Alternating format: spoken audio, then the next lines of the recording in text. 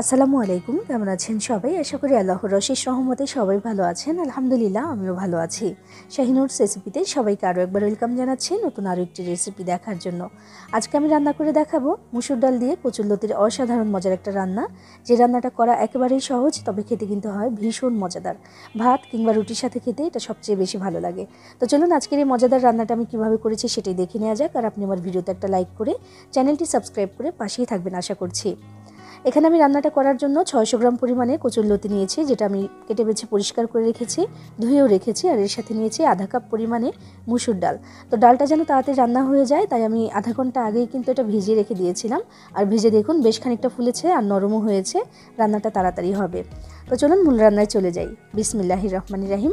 প্রথমে আমি পর্যাপ্ত পরিমাণে পানি গরম করে নিয়েছি চুলায়, তার মধ্যে আমি কচুরলতিটা দিয়ে দিচ্ছি। ওই যে গলা চুলকায় অনেকেরই, তো এই পদ্ধতিতে যদি করেন তাহলে কিন্তু আর গলা চুলকাবে না। তো এখানে আমি আধা চা চামচের মতো দিয়েছি লবণ, সামান্য একটু হলুদের গুঁড়া দিয়ে এটা নাড়াচাড়া করে নিচ্ছি একটু। তো ভাপিয়ে পানিটা ফেলে দিলে কিন্তু গলাটা চুলকায় না। তবুও যদি মনে করেন যে গলা চুলকাবে, তাহলে আরও একটা পদ্ধতি হচ্ছে আম পাতা। আমি এখানে 2টা আম পাতা নিয়েছি, সেগুলোকে মাঝখান থেকে এভাবে ছিঁড়ে আমি দিয়ে দিচ্ছি এটার মধ্যে।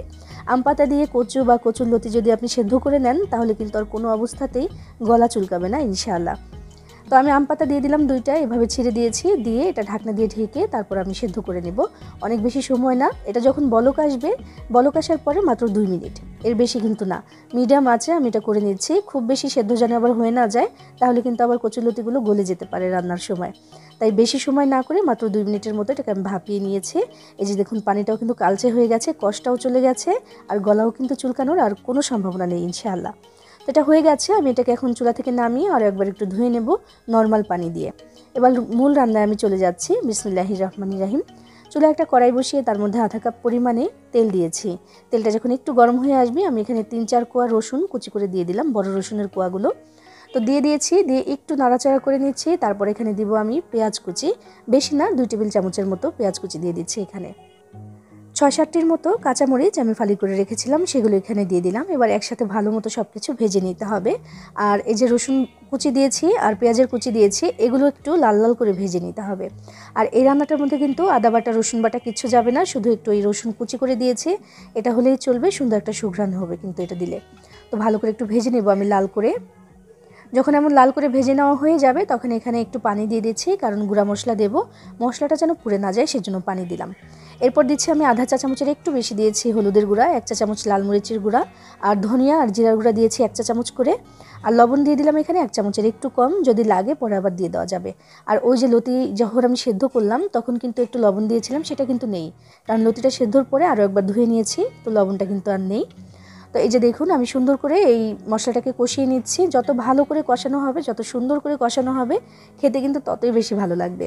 একদম সুন্দর করে কষানো হয়ে গেলে এবার এখানে দিব আমি ভিজিয়ে রাখা সেই ডালটা। ডালটা অবশ্যই চেষ্টা করবেন আগে থেকে একটু ভিজিয়ে রাখতে, এতে করে রান্নাটা কিন্তু তাড়াতাড়ি হয়ে যাবে। ডালটা ভিজে দেখুন কতটা হয়ে গেছে, মাত্র আধা কাপ ডাল নিয়েছিলাম আমি। তো এটা কিন্তু ফুলেও গেছে আর নরমও হয়ে গেছে। এবার এই ডালটাই মশলার মধ্যে দিয়ে একটু কষিয়ে নেব, 1 থেকে 1.5 মিনিটের মতো, বেশি সময় না। কষিয়ে নেওয়া বলতে একটু ভেজে নেব আর কি, কারণ এখানে পানি নেই, কষানোরও তেমন কিছু নেই, ভাজা ভাজা হচ্ছে একটু। এতে করে রান্নাটাও কিন্তু ভালো হবে আর তাড়াতাড়ি তো অবশ্যই হবে। ডালটাকে এমন একটু ভাজা ভাজা করে নিয়েছি 1 মিনিটে যতটুকু হয়েছে। তো এরপর এখানে দিচ্ছি আমি টমেটো। পাকা টমেটো আমার কাছে ফ্রোজেন করা ছিল, সেটা আমি এখানে দিয়ে দিলাম। এমন 4 টুকরো দিয়েছি, মানে ওই মিডিয়াম সাইজের একটার মতো হবে। তো দিয়ে এবার নাড়াচাড়া করে নিচ্ছি একটু। আর এই ফ্রোজেন টমেটোটা কিন্তু তাড়াতাড়ি গলে যায় সুন্দর, তো এটা নিয়ে টেনশনের কিছু নেই, এটা তাড়াতাড়ি গলে যাবে। একটু নাড়াচাড়া করে মিশিয়ে নিলাম। এরপর এখানে দিয়ে দিচ্ছি আমাদের ভাপিয়ে রাখা কচুরলতিটা। এই কচুরলতিটা দিয়ে তারপরে একটু নাড়াচাড়া করে নেব আরও একবার, 1 মিনিটের মতো বা 1.5 মিনিটের মতো। এতে করে একটু কষানো হয়ে যাবে। যত ভালো করে কষাবেন তরকারিটা, ততই বেশি খেতে ভালো লাগবে। তো একসাথে সব কিছু মিশিয়ে নিচ্ছি বা একটু কষিয়ে নিচ্ছি 1 মিনিটের মতো। আর 1 মিনিটে কিন্তু ওই যে টমেটো দিয়েছিলাম সেটাও কিন্তু গলে যাবে এখন। নেড়েচেড়ে দিয়ে এবার এখানে পানি দিচ্ছি। যেহেতু এই ডালটা আমি আগে থেকে ভিজিয়ে রেখেছিলাম, আবার একটু ভালো করে কষিয়েও নিলাম, তো অনেকটাই সেদ্ধ মতো হয়ে গেছে।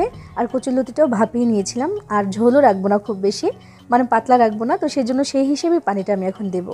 তো এখানে আমি 2 কাপ পরিমাণে পানি দিলাম, এটা দিয়ে খুব সুন্দরভাবে রান্নাটা হয়ে যাবে। তবে চুলার আঁচটা খুব বেশি বাড়িয়ে দেওয়া যাবে না, আমি মিডিয়ামে রেখে তারপর রান্নাটা করব। ডালটাও সেদ্ধ হয়ে যাবে, লতিটাও ভালো মতো সেদ্ধ হয়ে যাবে। তো নাড়াচাড়া করে দিলাম, আর এই যে দেখুন বলক চলে এসেছে। বলক চলে এলে এটাকে ঢাকনা দিয়ে ঢেকে তারপর আমি রান্না করব। চুলার আঁচটা কিন্তু খুব বেশি বাড়িয়ে দেবো না, তাহলে আবার পানিটা শুকিয়ে যাবে, এগুলো সেদ্ধ হবে না ঠিক মতো। তাই চুলার আঁচটাকে মিডিয়ামে রেখে তারপর আমি রান্নাটা করব। তো ঢাকনাটা দিয়ে দিলাম এখানে।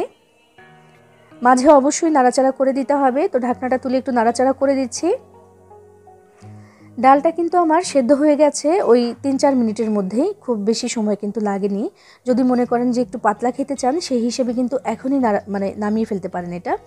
আর যদি মনে করেন যে না আরও একটু ঘন রাখবো এটা, আমি যেটা রাখবো আর কি, মানে একটু চচ্চড়ি টাইপের হবে, তাহলে কিন্তু আরও একটু সেদ্ধ করে নিতে পারেন।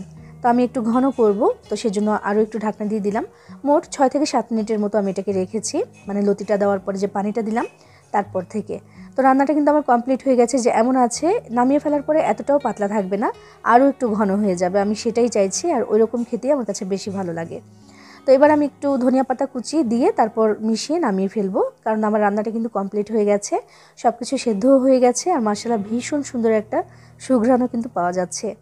আর দেখতেও কিন্তু মাশাআল্লাহ অনেকটাই লোভনীয় হয়েছে। আর এভাবে যদি রান্না করে খান বারবার খেতে ইচ্ছে করবে। গরম ভাতের সাথেও ভালো লাগে, রুটির সাথে খেতেও কিন্তু এটা অনেক বেশি ভালো লাগে। তো আমার রান্নাটা হয়ে গেছে, আমি চুলা থেকে নামিয়ে সার্ভ করে দিয়েছি। এইভাবে রান্না করে খেয়ে দেখবেন, ভালো লাগবে ইনশাআল্লাহ। সবাই ভালো থাকবেন, সবার জন্য সবাই দোয়া করবেন। আল্লাহ হাফিজ।